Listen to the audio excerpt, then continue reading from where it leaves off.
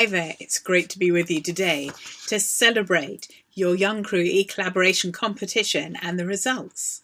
My name is Dr. Penny Pullen and I'm here to give my virtual leadership keynote to all of you as you celebrate and you find out who's won. So let's have a look at a couple of things. Let's look first of all at my slide. So there you are, virtual leadership keynote. We're in the right place, which is always a good thing. So here we are. Very quickly, I'm going to sum up what we're doing today so that you know where we are, what we're doing and why. Okay, just switching across to pen. Something really helpful to do if you're in a virtual situation, you're having a shared screen meeting and you're using some sort of slideshow like this. This is PowerPoint. So the first thing that we're going to just check is what are we here to do today? And I would say we're here to explore virtual project leadership a little bit. Okay, what are we going to do today? Today we will, what are the 4 or 5 things? Today we probably just have 3 things. So we're going to introduce me and why it might be relevant to hear a little bit about some of my thoughts. We're going to introduce the leadership model, the virtual leadership model, which I think applies probably to quite a few different leadership situations. We're going to look also at how you can step up to leadership, both as an individual and also when you're working virtually. And we're going to look quite a bit at virtual working as well, so I'll add that one in too. Right, okay. So those are the 4 things that we're going to be looking at during this session. What's our plan? Well, we've got this keynote for 20 minutes, and then I'm very interested to listen to your questions and answers for up to 10 minutes after that. Okay, who's doing what? Well, I'm Penny. I'm presenting. You're not just viewers as you would be on a television screen. You're very much participants, and I welcome your questions and answers at the end. So how are we going to work together? Do keep your questions to the very end. What's next? Well, I suppose the thing that comes next is application, applying this stuff to your work. Fantastic. Okay, let's move on to the next one where I'll give you a bit of an introduction to me. So, why me? What am I doing this session? I'm actually recording this having got back from Doha, Qatar, early this morning. So I could well be asking myself the same question, but it's great to be here with you. Why me? Well, I've been in project management, both as a business analyst and also as a project manager and a program manager. Ooh, it says 20 years. It's probably getting on for 25 years now. Eek. So I'm at the different end of the career to all those of you who are starting out either as students or as fairly recent graduates in your careers.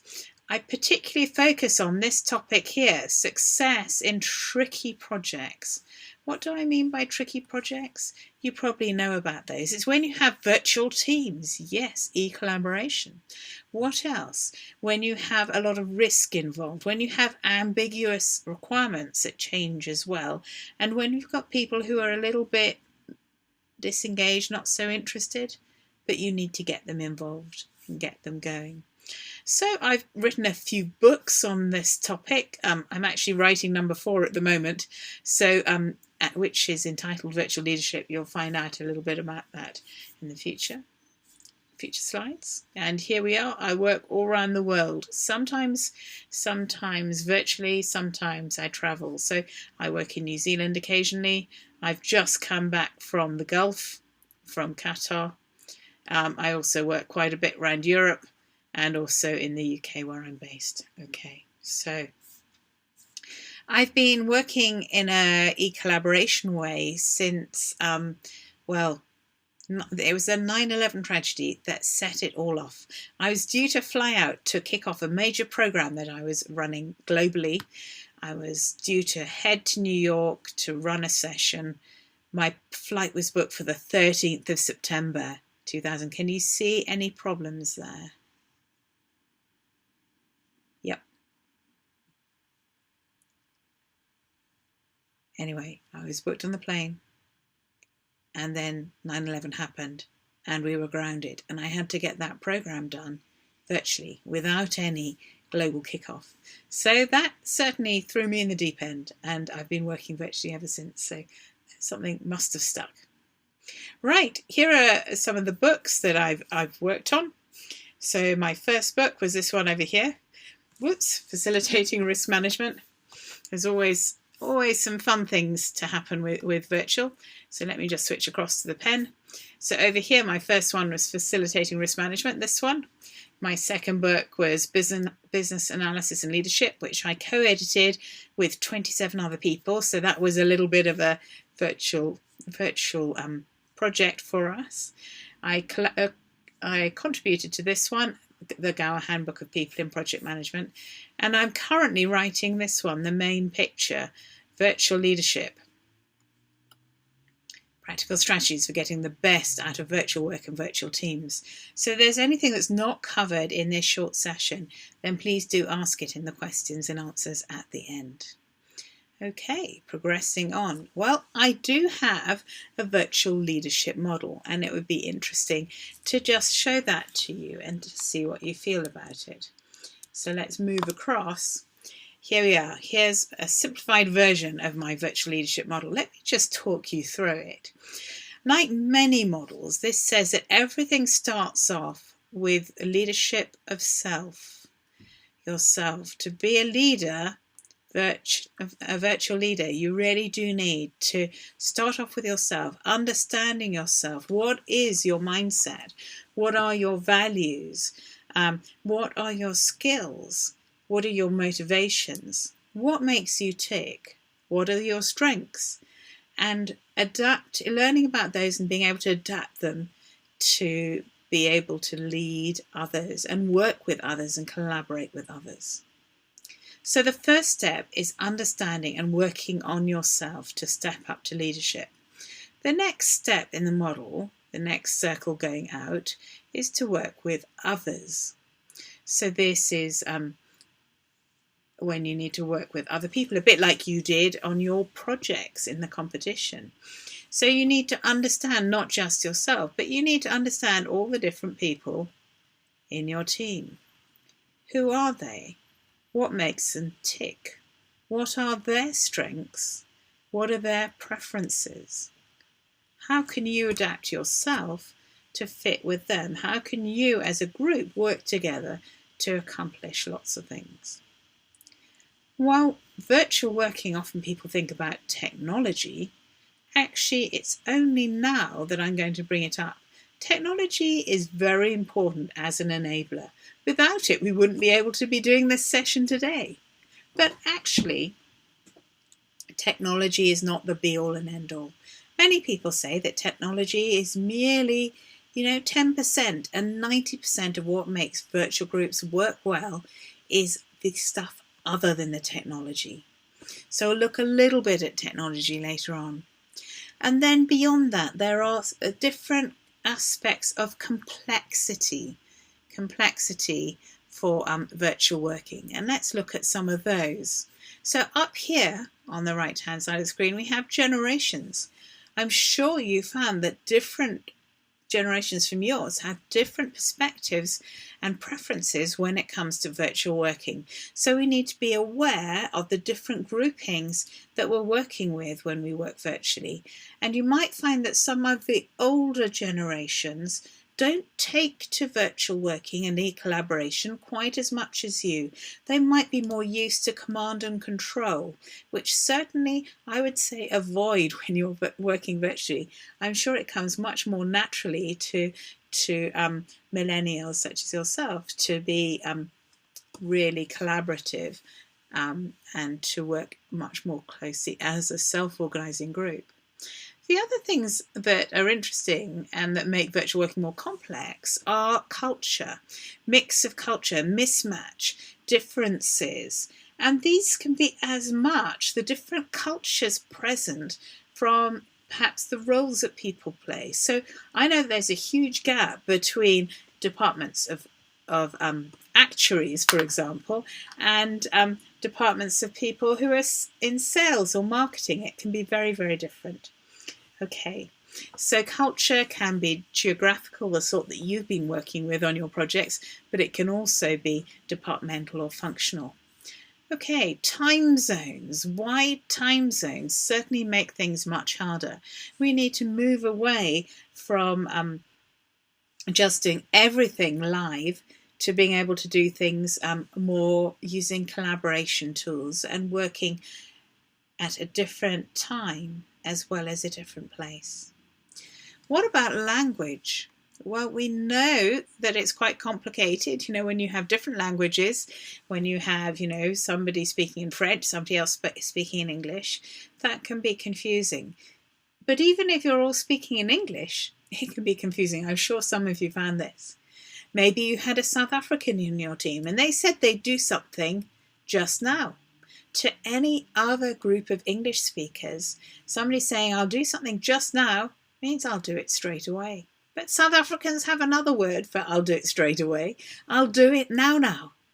Whereas if they are doing it at some point in the future, or they might do it if they get some spare time, they would say they do it just now. So watch out, even people with English as a mother tongue may have different perspectives in terms of the language that they use. So yeah, divided by a common language, I suppose we could say. So let's switch back then into the slides that we were looking at before. Right, there we are. So you've had a view of my leadership model. I hope it's useful for you to develop those different rings, the core, the self, how you relate to other people virtually, then adding in the knowledge and understanding of technology, and beyond that being able to grapple with the different complexities. Okay, let's have a look at what that stepping up of self means. So an authentic project leader will start with themselves, of course, as we've just said.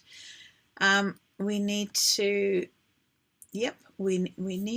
be thinking about quite a lot of different things. So let's look at a few of these things. You're going to want to know what your strengths are, as well as being aware of your mindset and changing it if you need to, understanding yourself, knowing the skills that you have and the skills that you want, and also knowing and being able to flex your identity. We'll look at those in a little bit later. You need to know your strengths. As project managers and project leaders, it's very easy for people to say, oh, you're not very good at this. Maybe you're not very good at dealing with finances. Let's send you off on a course. Or you're not very good at asserting yourself with people. Let's send you off on a course. Or you're not very good at doing presentations. Let's send you on a course. But it's much, much more powerful to focus on your strengths and to build up your strengths. If you continually focus on developing those areas that you're not very good at, you'll just get to moderately okay, I would imagine. Most people would. Whereas if you focus on the things that you're really good at and develop those skills and find ways of covering your weaknesses, perhaps by other people working with you to do those things instead, the things that they're good at, that's a way that you can really become remarkable and outstanding. And I'd encourage you to do that if you possibly can. Okay, what else does an authentic project leader do? They listen. They listen to other people. They listen carefully. They listen actively. They listen in a way where they are fully concentrating what the others are saying, not just formulating their response. Very important for virtual working and collaboration. An authentic project leader is present. We're finding this more and more, that people are multitasking on virtual sessions. Maybe you found that in yours, that people were going off and focusing elsewhere. So be present. There's so much distraction. When you're dealing with others, be present. Be able to motivate others and be motivated yourself. Engage others. We'll look at a few of these as we go through, and there are some more as well. So an important thing is to reflect on your projects and on your life.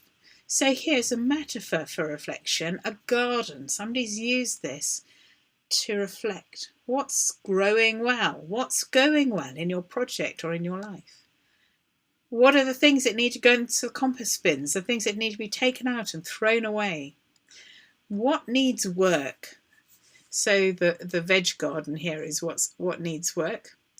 And what do you wish you could plant? What are you not doing at the moment that you would like to be able to do and concentrate on? What else do we do? As authentic project leaders, we plan. Of course, projects, we always plan, the next month or so, the day, but think beyond that. Think about your year, planning your year. What is your main goal? What do you want to achieve during each of the quarters? What are the things that help you and the things, the bumps along the road for you? Think about all those things. Plan beyond the month and the day. Plan your next year. Plan your life. Think about the goals that you'd like to achieve. Right, a little bit on virtual working at the end of this session. So, virtual working, there are some pictures showing people in different parts of the world. And it looks great, doesn't it? A way we can solve lots of problems and work together with people distributed all the way around the world. I hear you've had people from 18 countries in the competition. Wow.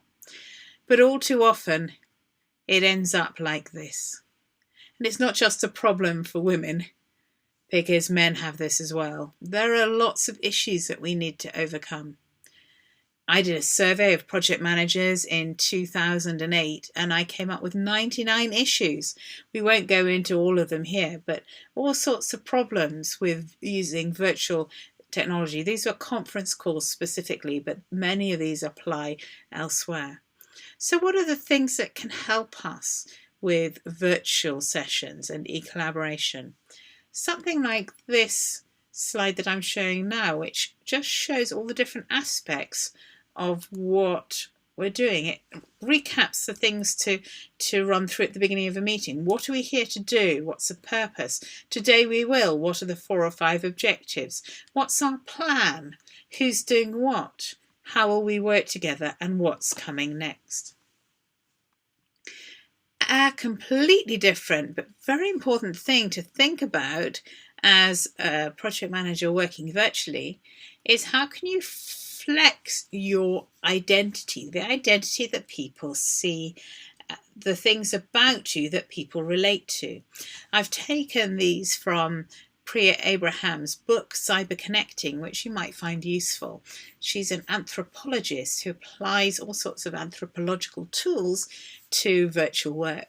So she says that there are various aspects of our identity. Now, there are some that are tangible. So if I were to walk into a room with you there, you would notice things about my appearance. So, I'm medium height with blondish hair. That I'm, obviously not of your generation, but that I'm in my 40s. I come across very much as British. We've got the generation already, and that I come across as a woman, of course, obviously. Now, looking across, there are other intangible aspects of your identity, and these ones can be brought in as well. When you're virtual, the tangible ones aren't quite as tangible as they are when you're in a room. So perhaps you can bring out some of these ones. So for example, one of the ones that I bring out a lot when I work in the Middle East is lifelong learning. There's quite a focus on education and developing yourself with the people I work with in the Middle East. So some of these other ones can be very useful as well. We haven't got time, unfortunately, to go into those, but there's certainly a lot in the book Cyber Connecting by Priya Abraham. Think about your technology options as well. When you work together with people at the same time, this is things like conference calls and so on. And shared screen meetings and video conferences and things. You're at the same time and in a different place. Think too about the different time, different place options, the collaborative tools that will support you. Okay, right. Couple of things to go. What works when you engage people? Well, some things really don't engage people, but here are my secrets of the 3 things that do. Visuals. You will have noticed there are lots of pictures and also that I'm drawing on the screen as we go. Use a narrative form, use story when you possibly can, and do include faces. Facebook's shown us how powerful those are. So here are some faces from a virtual project I was involved in many years ago, getting Stephen Thorpe his PhD, exploring the narrative form, how powerful it was in comparison to normal. So we're pretty much running out of time now. So I'm going to say I hope that those things have been helpful for you. And we're just going to go ahead a little bit and think, what do you want to do as a result of today's session? Who are you going to do it with? When are you going to do it? And how are you going to plot the status? Spend a little bit of time thinking about your action plan. And I'd like to say to all of you, congratulations for taking part. Enjoy celebrating, and thank you very much. Do let us know your questions, and I shall speak shortly. Thank you.